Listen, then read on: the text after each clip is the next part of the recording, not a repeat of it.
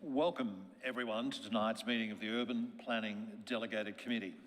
Before we commence the meeting, I request that all mobile telephones be turned off or switched to silent. Thanks very much. My name is Councillor Westgold and I'm chair of this committee. I will start by introducing my fellow councillors. Seated to my left is Councillor Lisa Hollingsworth, Councillor Shima Abuki, Councillor Michael Nolan, Councillor Felicity Sinfield. On the other side of the chamber is Councillor Victor Franco, Councillor Mal Osborne-Smith, Councillor Rob Ballew, and on the screen behind us, our Mayor, Councillor Sophie Tournay. I also acknowledge Coordinator Governance, Kirsten Ritchie, to my left, and to my right, Director of Urban Living, Mr. Scott Walker. There are other officers with us tonight and they'll be introduced as matters come up that relate to what they're doing. As a general introduction, I'd like to remind you that tonight the meeting will be, as in every night, live streamed on the Council's YouTube. It's also being recorded to be available as soon as practicable thereafter. The primary purpose of the Urban Planning Delegated Committee is to deal with issues under the Planning and Environment Act and the Building Act. The committee has delegated authority to make decisions on behalf of Council. For those presenting this evening, and there are a few, when we come to the item, it will be introduced by an officer, and I will then call you one by one to join us at the horseshoe table. If you are making a submission, please present your viewpoints clearly and concisely on why you support or oppose what we're talking about tonight. Please do not repeat what earlier speakers have said and focus on relevant points. If you're, well, there is no one opposed tonight, so I won't go through that issue. I just remind you, and for those that have been here before, you'd know very clearly there's a strict limit of 3 minutes for each speaker, including councillors. This can be extended, but we seldom do this. At the 2.5 minute mark, I will ring a bell, which indicates you have 30 seconds left to complete your presentation. For those in the gallery this evening, I would like to take this opportunity to remind you to extend due courtesy and respect to each other and to the committee as a whole and refrain from inappropriate behaviour. And just to finish, I would like to encourage all submitters, officers and councillors to speak directly into the microphone. This will ensure we can hear you all clearly. I will now move to apologies. Ms. Ritchie, are there any apologies this evening? Thank you, and through you, Chair. There are 2 apologies, Councillor Friend-Pereira and Councillor Pattis. Thank you. Previous minutes of previous meetings. The last meeting of this committee was held on the 2nd of June. Can I please have a motion from the floor to adopt these minutes? Councillor Sinfield. So moved. Can we have a seconder? Councillor Abuki. Happy to second. Thank you. Is there anyone opposed? I will now put the motion. All in favour? The motion is carried. Declaration of conflicts of interest. Councillors or council officers, are there any conflicts of interest that you should wish to foreshadow this evening? There are none. Thank you. So we'll now move into the main body of the meeting. Presentation of officer reports. Tonight, we're considering the Victorian Government Activity Centre program, a submission that was made by this council to Phase 1 consultation on Tranche 1 centres. Tonight, the officer's report will be presented by Christian Wilmson, Coordinator, Strategic Planning. Thank you, and through your chair. Good evening, councillors, good evening, community members. The purpose of this report is to inform the Urban Planning Delegated Committee of the submission that has already been lodged to the Phase 1 consultation on the Expanded Activity Centre program. The first group of activity centres that feedback was sought included Hawthorne, Glenferrie and Auburn stations and Kew Junction, known as Tranche 1 cluster. The submission was lodged on the 15th of June, when the deadline for feedback was, and the submission, which is attached to the report, confirmed Council's support for the overall policy objective of increasing housing supply, but it did raise concerns and key considerations that need to be taken into account when planning for these centres. These key considerations include the need for contextualised planning, the need for integrated planning and recognising the economic role of these centres beyond just housing, and the protection of trees, the need for infrastructure investment to accompany housing growth, the protection and preservation of our heritage areas, and the need for the provision of affordable housing. The submission also reaffirms Council's willingness and preparedness to collaborate with the Victorian Government to plan for the future of these centres rather than having the planning done for us. And I think I'll leave it at that. Thank you, Chair. Thanks very much. Public submissions. Tonight we have 3 in the gallery who have indicated they wish to speak. None are against the recommendation and all are for, but we're keen to hear what you have to say. I will just remind you of the 3-minute limit, if you wouldn't mind, and I'd ask you to please commence your submission with your name and the suburb in which you reside. So I'll first start with Paul Martin, if you'd like to come forward and join us at the table.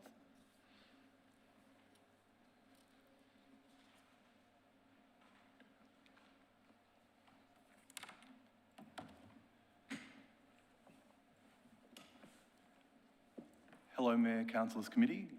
Thanks for having me. My name's Paul Martin and I reside in Surrey Hills. I support the Council's report and I was a community member in the recent CRG for the 4 activity centres. I'd like to provide some feedback as a participant, being part of that process. The group that I sat with was mainly Glenferrie, the Glenferrie group as part of that process. And we felt that it was quite rushed and that we're expected to come up with our submission in a rushed way with not enough time to actually communicate what we wanted to. And then once we had communicated what we wanted to and it was typed up by the consultants, we didn't have enough time to review what had been typed up. And to give you an example, probably half an hour before we were going to provide a submission, and we knew that the representative who we were going to be handing over our submission to would be turning up in half an hour, we asked for a copy of where the submissions were at, and out of the 4 activity centres, they could only provide to our group a copy of 2 of them. And they were having problems with the printers, and that impacted us. Yeah, our experience was that we needed more time to be able to put together our submission, and we felt it was rushed. Now, following on from that, we did have a little bit more time to spend on it. So over the weekend on Sunday, some of the participants got together and have made some additional contributions. But further to that, we'll provide those submissions through the consultants, but we have no visibility of that final submission, which is not good enough. We would like to have been able to see the submission in full before we submitted it and put our names to it. Thanks very much. Thank you indeed. Councillors, are there any questions of this presenter tonight? Councillor Rabuki. Thank you for presenting tonight, Paul. What particularly do you think the group might have missed in providing during that consultation? And secondly, in your opinion, what do you think Council can advocate most strongly for? I think the question that was put to the group limited us because the question, it divided us into groups of activity centres. And so it strikes me that one of the things that I support in the council report is the connectivity between activity centres being so important. So, for example, myself as a resident living in Surrey Hills, I shop all over Boroondara at all of the activity centres. So being able to get from A to B within those activity centres is really important, and having not having the infrastructure currently in place to allow for increased population. Yeah. And sorry, the second part of the question? And what would you like council to advocate most strongly for? I'd like council to advocate most strongly for council's involvement in the planning process, so that it doesn't just become a rubber stamp and that the state government are just ignoring the important planning advice that would come through council. Yeah. Councillor Hollingsworth. Thank you, Chair. Thank you, Mr. Martin, for your presentation.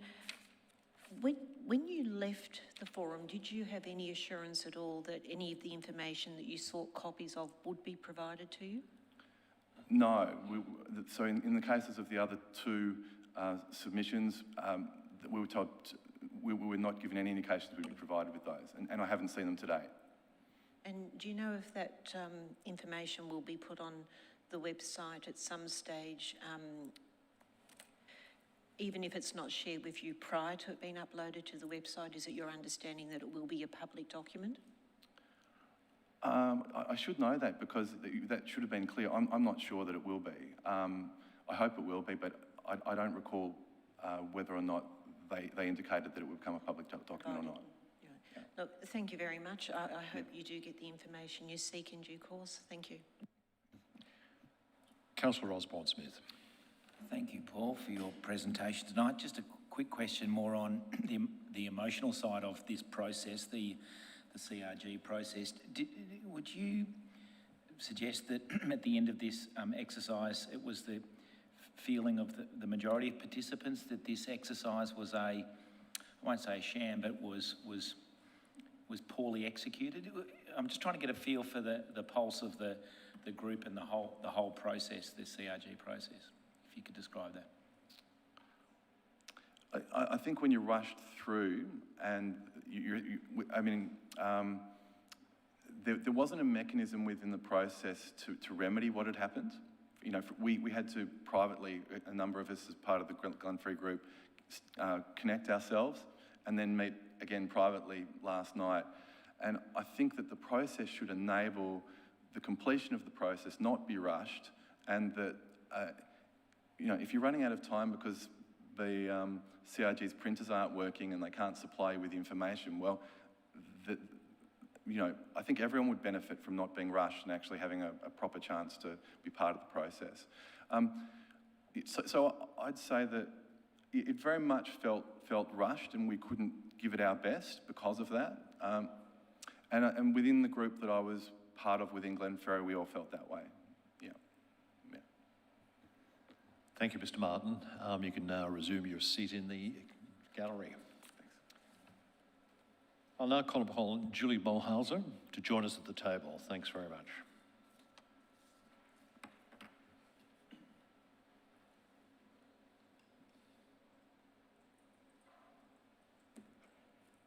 Good evening. My name's Julie Mohlhauser. I live in Canterbury. Thank you for this opportunity to speak tonight. As you no doubt aware, I was part of the community reference group for the Pilot Activity Centre for Camberwell, and prior to that participated in Boroondara Council's workshop for the Camberwell Structure and Place Plan, and that's formed the basis for my advocacy on this issue. I support the Council's submission. I really welcome seeing that advocacy around affordable housing.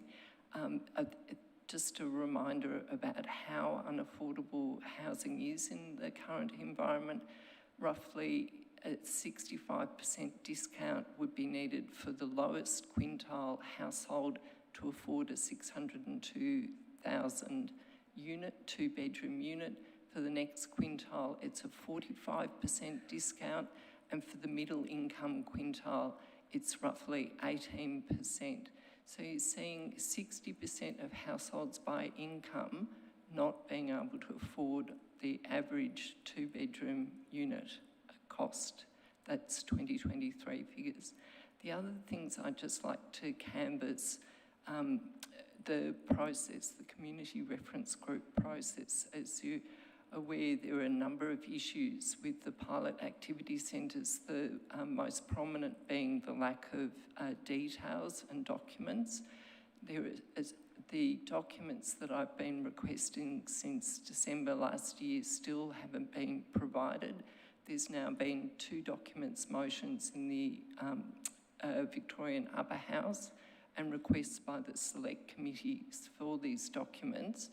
And the requested documents are exactly what a local council would have to provide for a planning amendment. So, for instance, the infrastructure impact assessments, the Victorian government was claiming executive privilege in supplying that during the select committee process. So, and the second outstanding issue with the process is we still don't know what happens or will happen with submissions. So we still don't know who saw the thousands of submissions that occurred with the pilot activity centre consultation, and we don't know what the impact of those are. And there's still no clarity on that.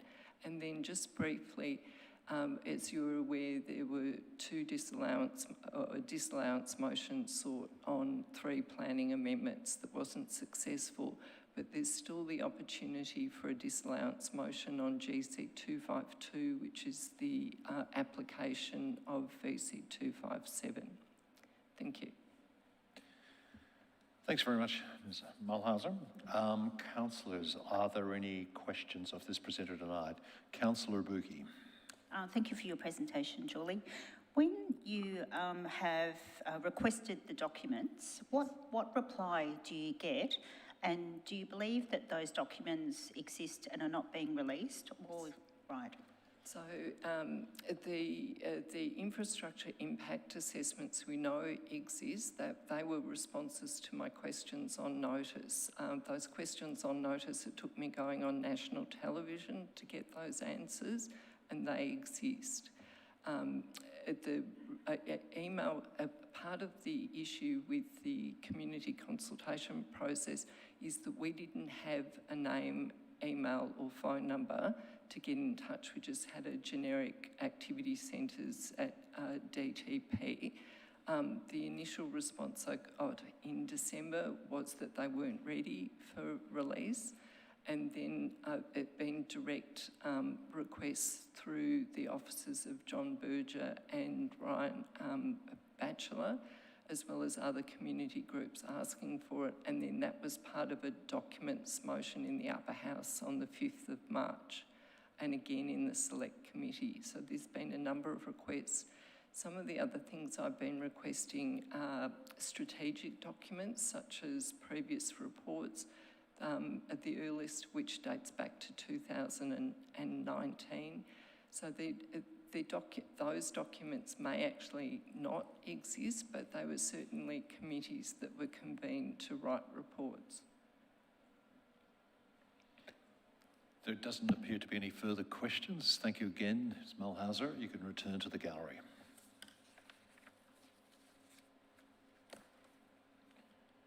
I now call upon Jane Oldham to join us at the horseshoe table.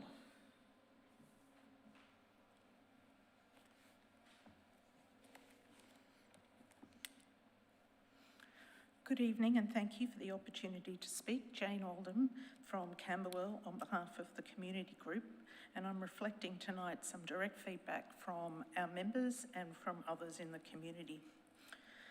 The disparity between the department's rosy messages and the consultation of experience of councils and individuals continues. We're repeatedly told that the DTP is working closely with our council and that community input will influence the final plans.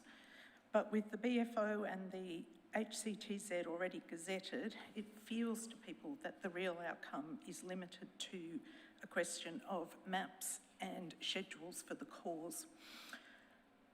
While improvements on the consultation from the pilot have occurred, the engagement was launched before key dates were finalised, Needing to check the DTP website multiple times would have impacted on participation.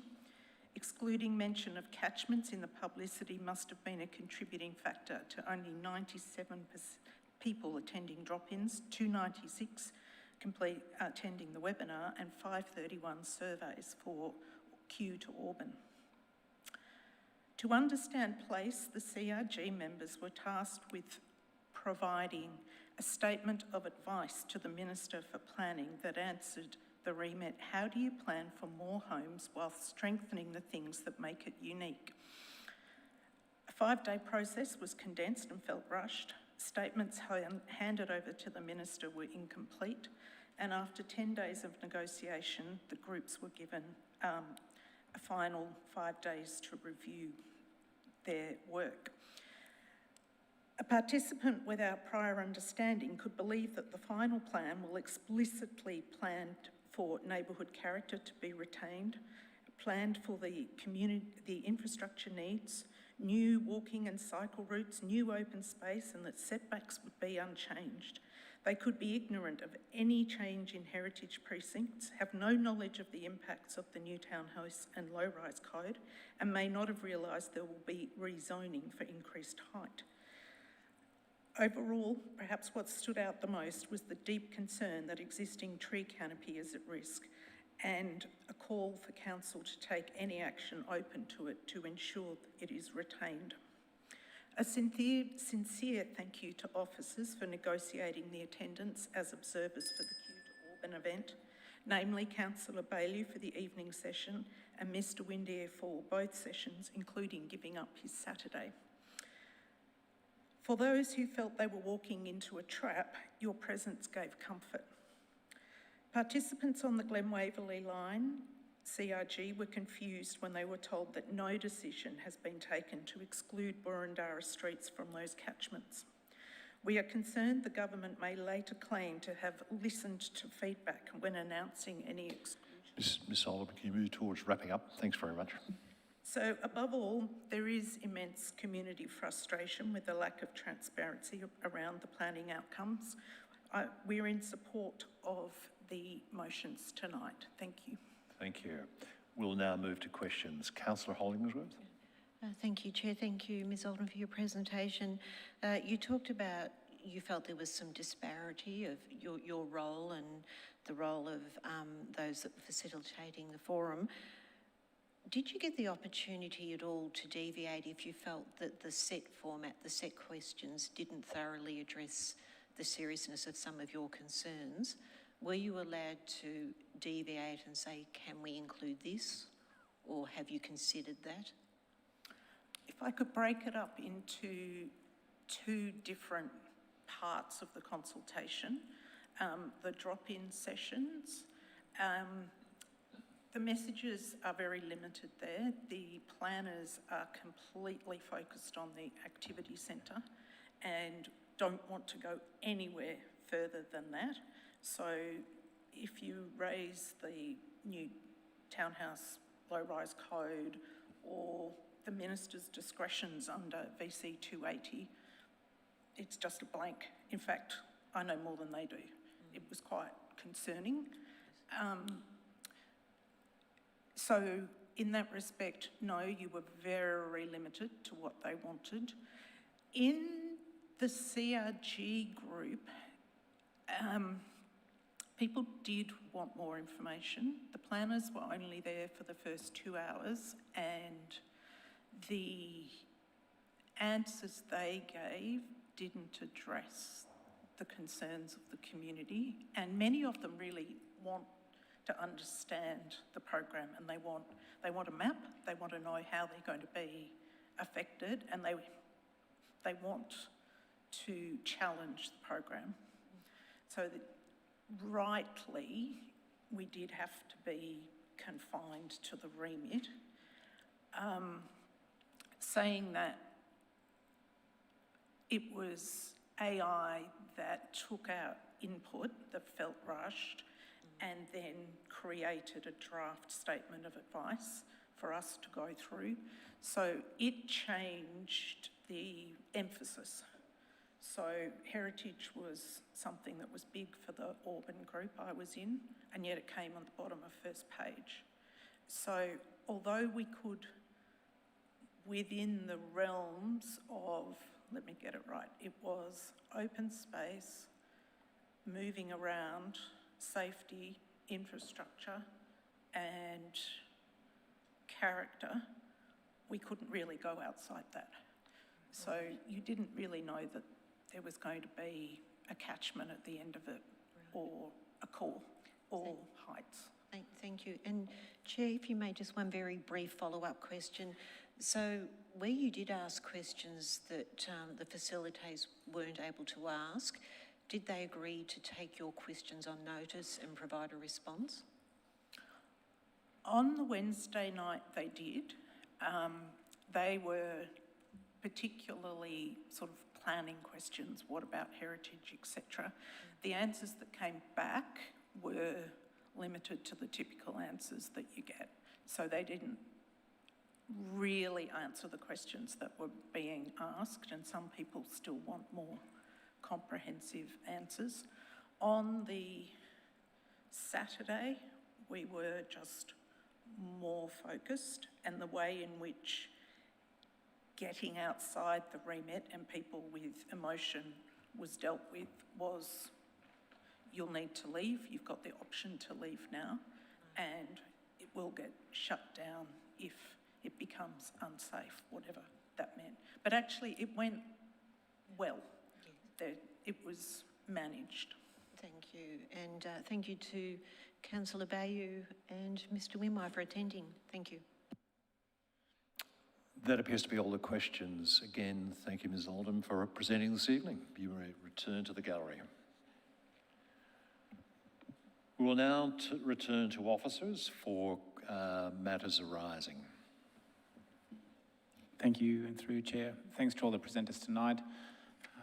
I don't think there's really anything else to add to the report, and what we've heard tonight is consistent with some of the other feedback that we've been receiving from CIG members, and we appreciate getting that insight into the process, particularly for those of us who weren't able to attend. Thank you. Thank you. Councillors, do you have any questions of the officers? There are none. If I might, Mr. Councillor Franco. Thank you, Chair. Through you, on page 6 of the report, it states that in relation to the activity centres on the train stations along the Glen Waverley line that are located within the city of Stonington, which form part of Tranche 1, and I specifically refer to Taronga Station, Gardner and Glen Iris stations, Darling Station, East Malvern and Holmes Glen, that there is no intention to rezone any Burundara land in the potential catchment areas that could come across into Burundara. Can council officers confirm the accuracy of the statement that the government will not rezone any such land in Burundara? And I ask this because at a public forum on the weekend hosted by the Honourable David Davies, residents in attendance were told that this is not correct, that the legislation and the intention of the legislation is to have a HCTZ zone, or residential growth catchment zone, that is 800 metres in extent, and that it will incur into Burundara. So it'd be good to have some clarification in relation to that, and I think that's a point that Ms Jane Oldham was making as well in her presentation to council just before. Thank you, Councillor. It's a little bit off the topic we're discussing tonight, but are the officers happy to address that? It's on page 6 of the council officers' report. Yeah, thank you, and through you, happy to take that question and answer that. We have written confirmation from the officers that are dealing with the Hawthorn cluster, so the ones that we are engaging with, that there is no intention for land in Burundara along the Glen Waverley line to be rezoned and no zoning change. That's a written advice, because that is an issue that we raised with the officers, and we made it very clear when we had a meeting with them early on that if there are intentions for any rezoning changes to happen within Burundara, within those catchments, that we want to be part of those conversations. And we haven't been engaged on those centres. And in response to a question, they actually went away, they considered the matter and provided us with written advice that says what it says in the report, and that's also publicly on our website based on that advice. Thank you, Chair. A second question, the report recommends the use of inclusionary zoning as a means of addressing affordability. Can officers give an explanation of how inclusionary zoning might work and why there are no other mechanisms, or why this is the preferred mechanism for addressing the issue? Thank you. And so inclusionary zoning would set a mandatory requirement for affordable housing component to be included in any residential development. It's really the only measure that or tool that we have in the planning system available. Well, we don't have it at the moment, but that could be easily implemented into the VPPs to actually make that a universal requirement to provide, rather than relying on things such as Section 173 agreements to provide that, which is a voluntary agreement that developers need to contribute or agree to. And obviously there are also requirements that are written in with regards to some of the being part of the development facilitation program, for example, but those requirements can be waived as well. So inclusionary zoning would address that issue. Thank you. Councillor Osborne-Smith. Thank you, Chair. Just a brief question about open space, if I may. Clearly that was an issue that came up in the reference group, at least feedback tonight, and of course we know it's an important issue for our community. I'm just wondering if you'd care to comment on your perception of the open space requests or demands from our community in response to this plan, and whether in your report on page 14, which refers to the open space request under need for infrastructure, whether that sort of satisfactorily addresses community concern about this issue as it relates to, the expanded activity centres? Thank you, and through you, Chair. I don't know what the community said at the CRG and what the feedback specifically was on that. I wasn't part of that, so I'm not privy to confirm as to whether that specifically responds to the concerns that were raised. It's certainly something that we think as officers, the submission makes it very clear to the department and to the minister that you can't just put housing here without providing the infrastructure, and open space is one of those key considerations. There are limitations because of the value of land within Burundara and the amount of open space that's required to accommodate this housing growth. So creative solutions are required to deal with that, and there is not necessarily one response. There's also a difference in where you look within these centres, because there's obviously much more open space on the north side of Burwood Road and the rail corridor, and there's far more gaps in the open space network on the southern side that might require a different response. So we think that that adequately addresses it, because the intention of the submission is not the same as what a community member that would have filled in the submission or the survey, because that was how they use the space and what's important to them personally. This was more around, these are the issues that are really important for you to consider when you plan for these centres, and open space is one of those. Thank you. I will now go to Councillor Tawney over my left shoulder. Thank you, Chair. Can you hear me okay? I just wanted to know if the conflict between the housing choice and transport zone and the heritage overlay is being raised with the council officers in working with the Department of Transport and Planning. Thank you. And through you, Chair, yes, absolutely. That's one of the key points that we have raised with them in the past, and we will continue to raise with them. And that's been one of the very consistent messages throughout any submission that we've made, and we keep reinforcing those points. Chair, I might just add in regard to the housing choice and transport zone and heritage that it's not necessarily the housing choice and transport zone as a tool in itself if it's applied in the right way. And it's quite possible that it could be applied in a way where it doesn't actually overlap with heritage areas. And if it was applied in that way, then the tool itself is not actually an issue in terms of those heritage areas. Thank you. Can you explain that a bit further? When you say applied in the right way, because it says in the report on page 16, the kind of confusing and the conflict. So what do you mean by that? Sorry, Scott.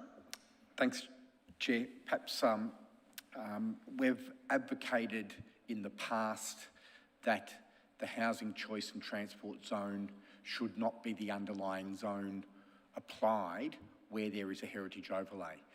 And that position, in fact, is consistent with the advisory committee that was appointed to review the Camberwell Activity Centre and the application of the catchment areas and its particular controls in that situation.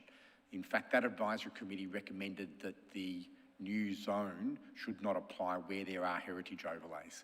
So if the advice of that committee is followed now in the rezoning process around the new activity centres, then we will not have a conflict between the housing choice and transport zone and those heritage areas if that advice is in fact followed, and that will be something that will be part of the further considerations in the application of those tools.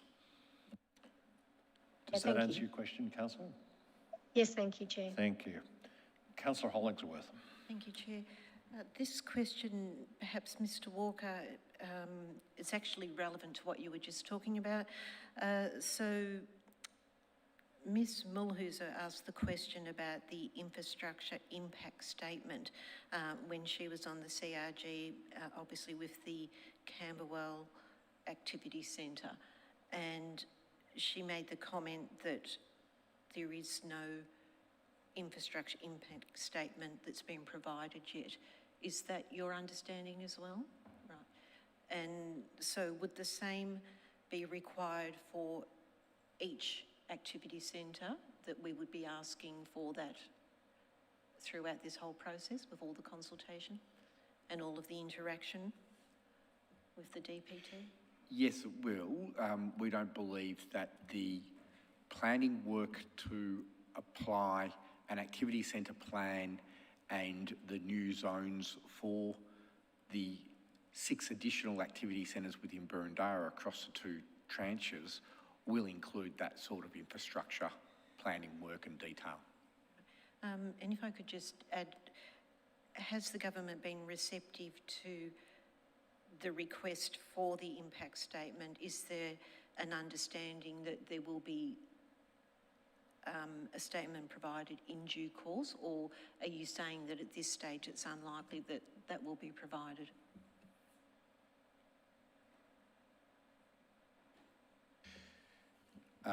Thanks again, through yourself, Chair. We're not in any of that sort of level of discussion or planning for these activity centres. We don't believe that's going to be provided prior to the finalisation of the activity centre plans and the new zones. There is infrastructure contributions plan work being undertaken by the department, and as we know, there's an introduction of a pilot infrastructure contributions plan for the 10 pilot activity centres, including Camberwell, commencing in 2027, and how that then plays out and is applied to the subsequent activity centres is still to be finalised and understood. Right. Sorry, just one very brief follow-up. With your experience of all the years that you've worked in planning, and particularly now as the Director of Planning, is this a different procedure to what you would expect? Would normally the infrastructure be considered at the same time? The impact statements would be part of future planning reforms? Thanks for yourself, Chair. And perhaps if I just go back a little bit and tie a couple of things together with that. The work being done for each of the activity centres is actually quite light touch. It's essentially a process to rezone land. It's actually not comprehensive activity centre planning. That would be a normal process that you would go through, or that a council would go through, or the state government would go through for developing comprehensive activity centre plans. Comprehensive activity centre plans look at all of the different components and aspects of an activity centre, including what future open space, services, infrastructure, public realm upgrades are needed, transport, the whole component of facilitating a future of an activity centre. And that work is not being done. And it can't be done in the time frame. And we heard a comment with our first speaker, Mr. Martin, about the process feeling rushed. And there's no surprise that it feels rushed, because it has to be rushed to deliver in the timeframes that the state government has set itself to roll these plans out. So, of course, we are in a position where we are rushed in responding to and commenting on the material information. So we're not at that level of sophistication that you would normally expect for planning for an activity centre. Thank you. That seems to have exhausted the questions from the floor. I might take the opportunity to ask a question myself. On page 4, under next steps, it says the officers will continue background and strategic analysis to develop a framework plan for identified centres with the aim of influencing and contributing to the work being done.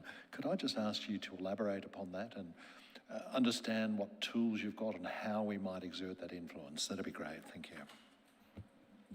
Thanks, Chair. And I think, again, this comes back to the quality of the work that we will do, will produce and will put forward in response to the plans that the department puts forward. So department officers will put forward material and information to us. We will critique those. We will engage our own advice and input to those plans to try and influence them, correct them in some cases and in many cases, and steer them into the right direction and to understand the relevant issues that should be taken on board to arrive at hopefully the right outcome for each of these activity centres in terms of the new built form overlays and how the housing choice and transport zone is put forward. So that'll be our primary role here. We don't have the time to undertake comprehensive planning work like that was undertaken at Camberwell to then use that as an influence on these 6 additional activity centres, because we haven't had that ability or time afforded to us to undertake that work prior to the department commencing their plans. So we won't have that level of detail of information and material, but we will be responding in the most comprehensive way possible in the timeframes available based on what's put forward to us. Thanks very much. That's now come to the end of questions. I'd just like to return to the motion that we have recommended by the officers, and to say, remembering that this submission has gone in. So we're being asked to note and endorse this report tonight. It's as simple as that. So given that, I'm in search of a motion from the floor to support a recommendation. Councillor Sinfield. Happy to move such a motion. Do we have a seconder? Councillor Osborne-Smith? Happy to second, thanks, Chair. Terrific. Is anyone opposed to the motion as it stands? Your light's still on, Councillor. I presume you're not opposed. That's great. So, Councillor Sinfield, would you like to speak to your motion? I'm not sure that there's much more that can be added to the conversation, to be perfectly honest, Chair. I think officers have done an exceptional work on this, as they have throughout this entire process. So I'm in admiration of them and their work and their commitment to this, but beyond that, I commend the motion. Thank you. As it is unopposed tonight, Councillor Osborne-Smith, do you wish to speak? No, thank you. Thank you very much. I will now put the motion. Those in favour? It appears to be unanimous. Thanks very much.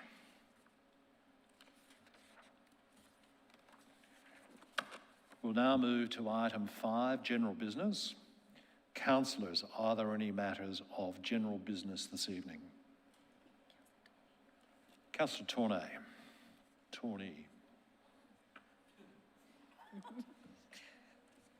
I do answer to both. Chair, thank you. Yes, I was just wondering if officers can provide an update of approximately when we will get the report on social housing that's been prepared and what approach that's being taken. Thanks, Chair. Yeah, happy to provide an update on that work that's underway, which is a separate and concurrent piece of work to the input to the activity centre plans being undertaken by the strategic planning team. And this relates to really an action out of the housing strategy, which is to investigate and consider different housing models and housing options. And that will include looking at affordable housing scenarios, and particularly how different councils have approached the issue of facilitating and supporting additional affordable housing outcomes within their municipality. So that will be brought forward firstly to a briefing of the councillors in around September this year. There's some research being undertaken at the moment to investigate all those different options and models, and they will be brought forward and discussed with councillors with a view to a more formal paper towards November or December. So certainly by the end of the year in the public realm, in the public space. Thank you. Councillor Hollingsworth. Thank you, Chair. I'd just like to take this opportunity to thank the members in our gallery for coming this evening and presenting, and also for the time that they've invested serving on the community reference group currently and prior groups, and the information they've provided to us has been invaluable, and I know that they've provided support to the officers as well. But I also just wanted to again thank Councillor Bayou for also serving or attending, observing on this group, and just wanted to ask, would you like to say a few words since you've personally been involved with it? Thank you. Councillor Bayou. Just, I think what the community members here tonight made a clear point on the issue, and I would say that there was a good cross-reference of the community there with a diverse array of views, and I think the officers have captured their views eloquently and appropriately. Thank you very much. No other items of general business. I shall move to urgent business. Are there any items of urgent business? There are none. Confidential business? There are none. Before I close the meeting, I would also like to thank you, those of you who have joined us tonight, both in the gallery and online, and I declare the Urban Planning Delegated Committee meeting closed. Thanks again.